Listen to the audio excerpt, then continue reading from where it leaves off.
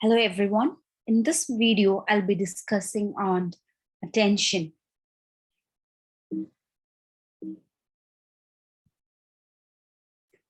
I'm Rima Stanley, tutor at M College of Nursing. So the objectives in this video is to know about a definition, types of attention, methods of arousing attention, and what is distraction and sources of distraction. Now let us see what is attention. Well, attention is the focus of consciousness on a particular object or idea at a particular time to the exclusion of other objects or ideas. According to Danville, attention is a concentration of consciousness upon one object rather than upon other. So in simple, the ability to focus on things, on happenings, or on problems is called as attention. Now, the types of attentions can be categorized into voluntary attention or involuntary attention. Voluntary attention is otherwise called as volitional. So what is voluntary attention? Voluntary attention demands a conscious effort on our part. For example, answering a question in an examination needs a voluntary attention, or solving an assignment problem in mathematics requires again a voluntary attention. Voluntary attention, it can be further categorized into implicit and explicit. Implicit volitional attention is a single act of will is responsible for arousing attention. For example, when a teacher assigns practice work or homework to a child and warns of punishment if not completed, this makes the child exercise his willpower, attend to the assignment task, and finish it properly. Okay, so that's an example of implicit. Now let us see what is explicit volitional attention. So this attention is obtained by repeated act of will, and one has to struggle hard for keeping oneself attentive. It requires a strong willpower, keep attention, and strong motives for accomplishment of the task.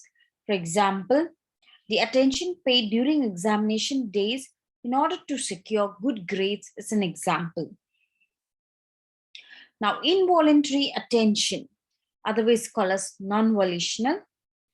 This type of attention is aroused without the play of will or without making a conscious effort from our part. For example, involuntary attention could be we give involuntary attention to loud noises or sounds, bright lights, and strong odors, etc. Involuntary attention, again, it can be categorized into involuntary attention, which is aroused by instincts, for example, which is otherwise called enforced non-volitional attention. Example is like giving attention out of curiosity. Then the other category is non-volitional attention aroused by sentiments, which is also called as spontaneous non-volitional attention. For example, we give somewhat automatic or spontaneous attention towards some objects, idea, person around which our sentiments are formed.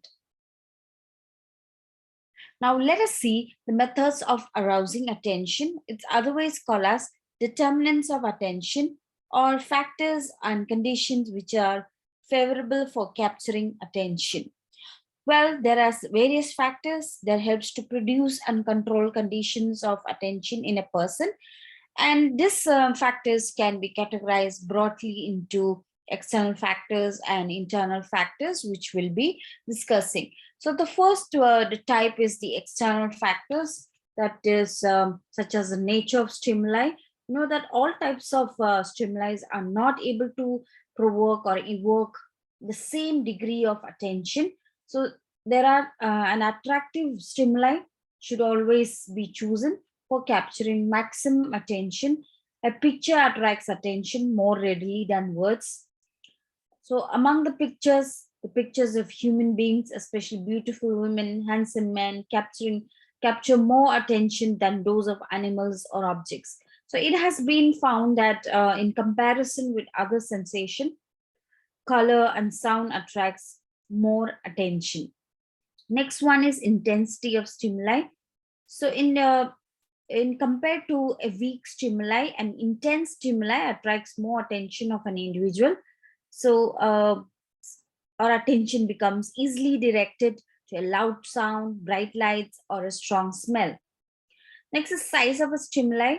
As a general rule, bigger size object is in the environment, we are more likely to catch our attention than that of small objects.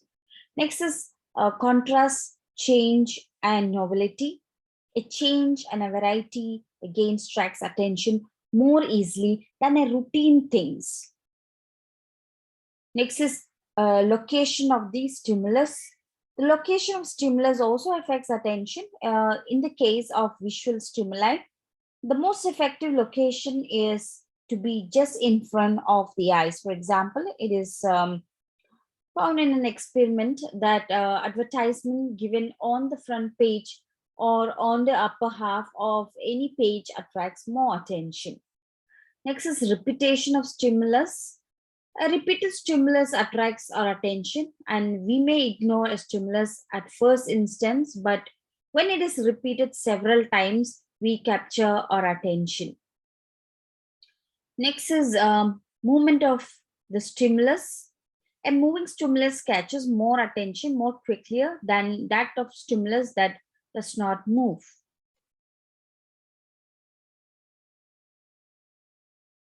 Next is the internal factors such as interest and attention. So interest is very helpful factor in securing attention. We attend to objects on things that we are interested than of those we are not interested. Next is motives, though. So the basic drives and urges of the individuals are also very important in securing attention, such as thirst, hunger, sex, curiosity, fear, are some of the important motives that are definitely influence upon attention. Next is mental setup. A person always attend to those objects towards which his mind has set. For example, on the day of examination, the slightest thing concentrating the examination easily attracts attention of the students.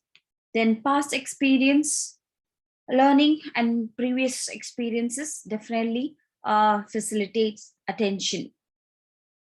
Emotions, the emotional state in which a person is also determines attention. For example, a person attends only to bad qualities of his enemy. Habits is also an important factors of attention. You know, a person develops the habit of attending to the necessary and desirable thing, and on the other hand also develops habit of not attending to useless or undesirable things. Aim, every man has some immediate or ultimate aim.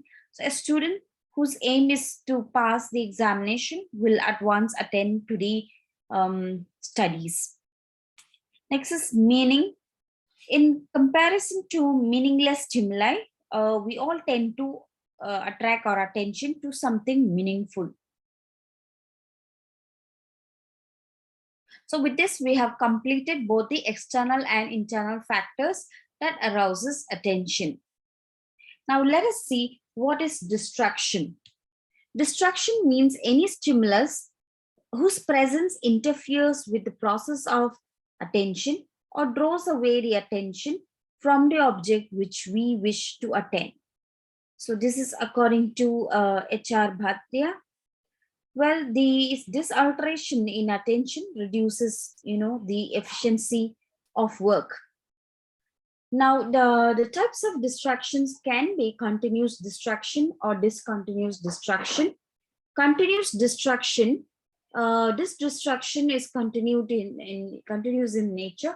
For example, the sound of the radio played continuously, the noise at the marketplace, etc.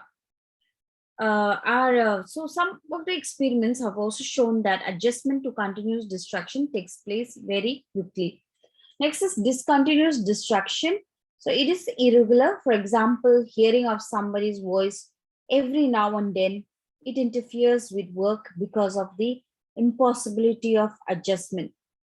So some of the major means of removing these distractions are maybe by being more active at work, disregard for distraction, and making the distraction as a part of the work. Now let us see sources of distraction. Well, the sources of distraction again vary very much. They affect the individuals according to his own mental setup, personality, and the conditions which cause distraction can be again categorized into external and internal factors. External factors such as noise, music, improper lighting, uncomfortable seats, unfavorable temperature, inadequate ventilation, defective methods of teaching, defective voice of the teacher, etc., are all example of external factors, while internal factors are such as emotional disturbances, ill health, boredom, lack of motivation, fatigue, etc. Well, so as a nurse, you should take great care to get away all these possible causes of distraction in working area so as to sustain attention. So with this, we have come to the end of the topic. Well, the keynotes or takeaway points includes you need to know what is span of attention. Well, span of attention is the maximum amount of material that one can will be able to attend in one period of attention, and this can be either visual attention or auditory attention. So it can be okay. So next is duration of attention. It refers to how long one can attend to an object without a break. If we attend to a single simple object, for instance, a dot, it will remain in focus of our consciousness for only a second at the most. Then something in the margin will crowd it out, or memory of the past even will intrude. So the duration of attention depends upon the nature of the material, the interest of the observer, and other conditions. Next is meaning of sustained attention. Well, this is the other meaning of concentration. The ability to sustain attention is called as actually concentration. So sustain attention is to concentrate one's activity continuously upon some object or a happening or a problem. So the individual attention always remains on track, and the activity proceeds systematically without any serious distractions. All internal as well as external factors of getting attention can be helpful in this track. Next is shifting attention. So while paying attention towards an object or an event, it is not possible to hold attention continuously with the same intensity for a longer duration. So it is constantly shifting from one object to another, from one aspects of the situation to another, and we can perform only one voluntary act at a time and not two or more acts at a time. However, we can quickly shift attention from one voluntary act to another. Next, let's see what is division of attention. Well, division of attention means to attend two or more tasks simultaneously. Many psychologists says we cannot attend two things at a given time and there is no possibility of division of attention. So the reason for paying attention to more than one task at a given time can be in performing two tasks simultaneously. One of the two activities requires no attention. Attention maybe rapidly shifts from one task to another. So with this, we have come to the end of this video. Thank you for watching. Reference R. Srivani, Psychology for Nurses.